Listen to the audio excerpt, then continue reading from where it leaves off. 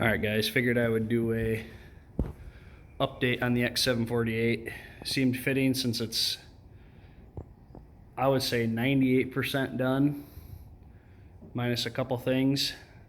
I never did get a chance to get the wheels painted. The body shop that had it, their sandblaster went down or something like that, so they were only able to take care of the plastic, the hood, and the fender, and then the footrest there. The footrest is metal, but there was no rust on it, so they were able just to hand sand some of that stuff just to get it prepped for paint. So, but the wheels are rusting like that. That's by far the worst one. They weren't able to do anything with it this year, or sorry, last year, because it's 2020 today. So, yeah, so that sucks, but they gave me the wheels back and everything else and said bring the stuff back and we'll take care of it. You know, now obviously I need it because we're getting some snow, so it'll just have to wait till the spring, which is no big deal. But got everything all put back together. I do need to get, and I'm undecided if I'm going to buy just the rear harness or if I'm going to try and make myself a gasket. But the rear harness for the lights, one of the bulbs, I'm missing the round gasket, and from everything I can tell on Deere Parts website, you can't buy just a gasket, which stinks because then you got to buy a $100 harness. So I don't really want to do that just for a gasket. So I'm probably just going to make a gasket for it, and it's for the socket. So otherwise, like if you put the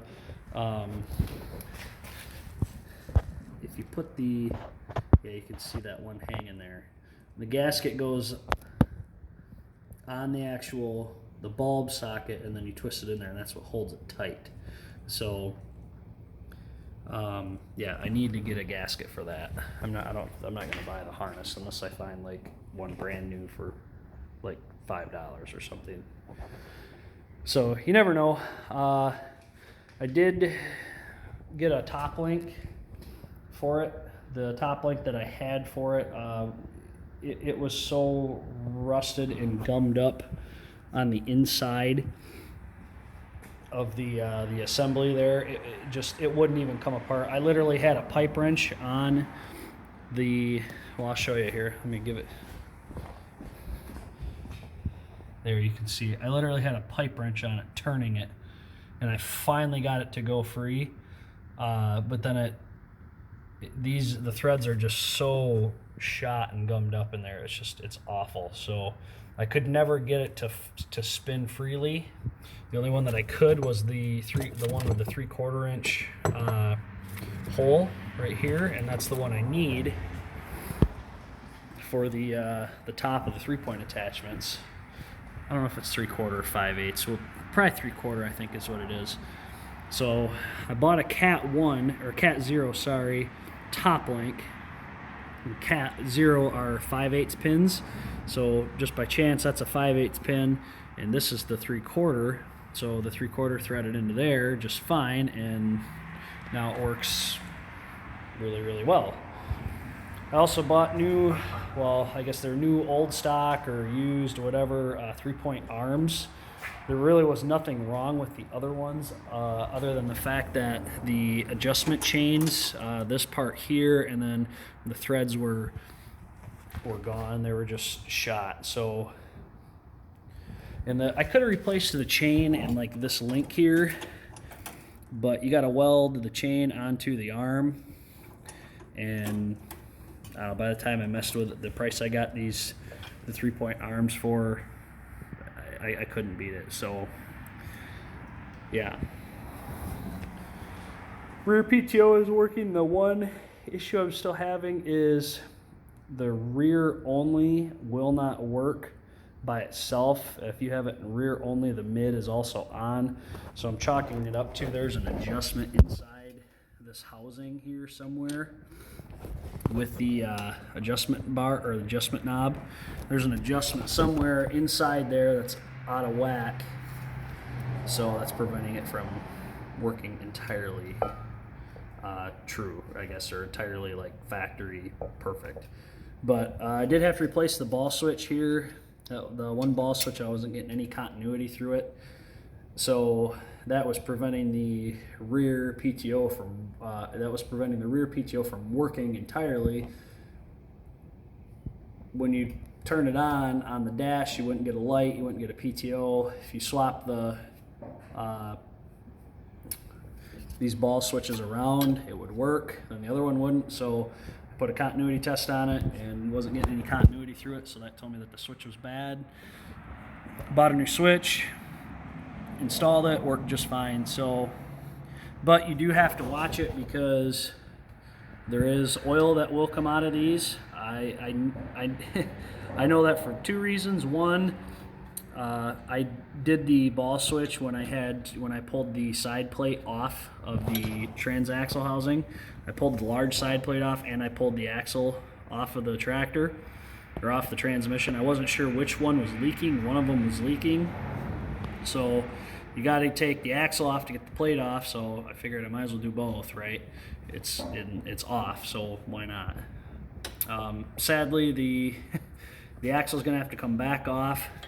The seal inside there is leaking where the axle comes out of the axle housing there, which sucks, but it is what it is. I think also the seal around where the e-brake, or where the like the brake plunger goes into the side of the transaxle, I replaced that seal and I think it is leaking. So yeah, I'm gonna have to I think the transaxle is gonna come back out of this tractor, and I'm gonna buy a whole new assembly for the brake assembly there, and so the axle seal parts. And I think with the brake issue, with the brake part leaking, it was pretty rusted, and I think that O-ring isn't just getting a good seal on that shaft. I think that's why it's leaking. So, but anyway, it is what it is. And it's not leaking bad. I see a drip, you know. So it's just enough to be annoying.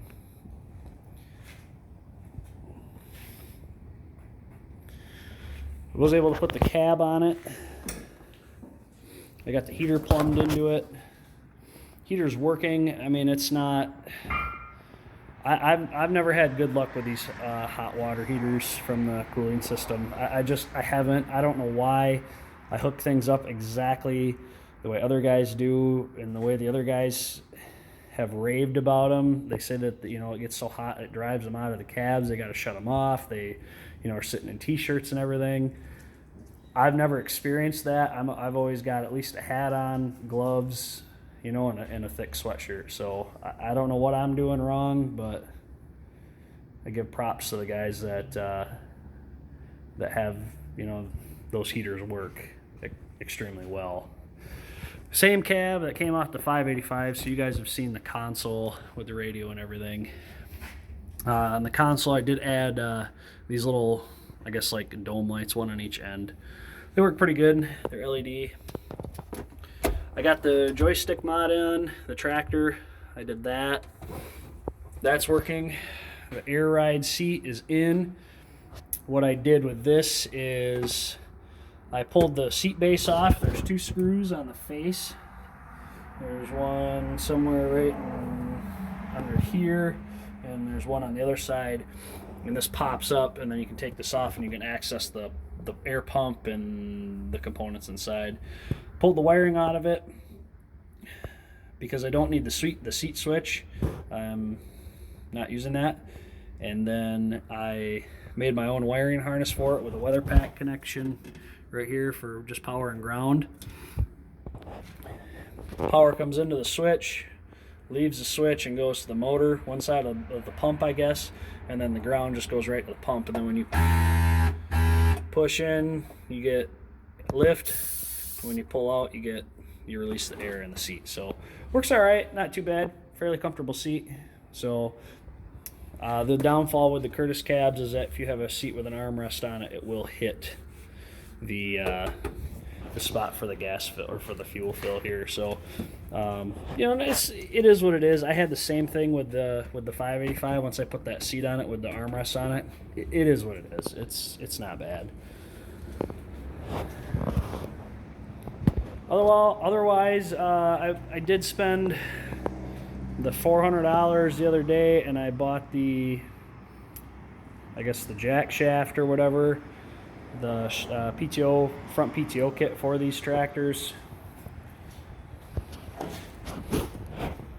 And then I did have to modify one of my Curtis cab brackets. I don't know how well you'll see it. Yeah, you can see it right there. So just to the left of the cables that are running forward, and those are for the joystick, you'll see that bracket with a hole in it between the two cables there. That's where the Curtis cab bracket is supposed to mount on one of the holes, and then it mounts above, and then it mounts on where the lift arm goes as well. So because I modified the joystick mod a little bit more from what I did to the 585, I did cut this bracket up just a little bit more, sadly. But I did mount the front hanger bracket, I guess, for the Curtis cab on here to help hold the weight of the cab, I guess. I haven't noticed anything with it. So, and I modified the assembly, I guess, this bracket here for the Curtis cab, because what I wanted to be able to do is get a wrench in where that bolt is right there in about the center of the screen.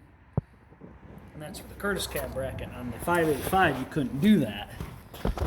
You could only get 3 or 4 turns on it because of where that connection piece is for this rod here. So I had to redesign it a little bit, make some new brackets, different things, and yeah, but it all works. It works really well. Tractor runs really well. Yeah, otherwise not too bad of a little tractor.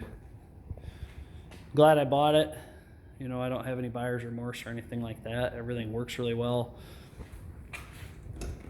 Other than the wheels not painted, I have to connect the mid-mount mower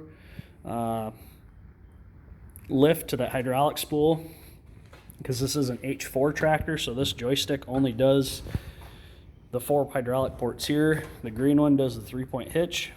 The yellow one will do the mid-mount mower option. Now I sold the mower deck on this tractor because I have the 585 that's for mowing duties, and I bought a 60 mid-mount blade. I don't have it yet. It's supposed to be coming from Colorado, so we'll see when that shows up. It's supposed to be coming into town just south of here, so yeah.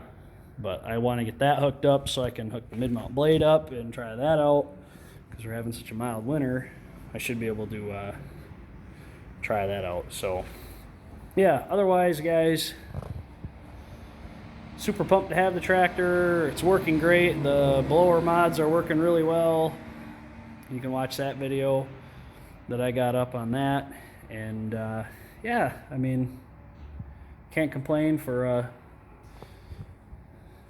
couple-year-old tractor. I think it's what I say, it's an 07, you know. For the price I paid for it, for what I have into it, I mean, you know, I'm happy with it. So yeah, but just like I said, wanted to give a little update to the X748 frame swap set of videos. I don't even know what video this would be for that. I guess a little series or whatever, but it's all put together, working good. Loader works well on it. Anyways, guys, I'm going to quit rambling. Thanks for watching.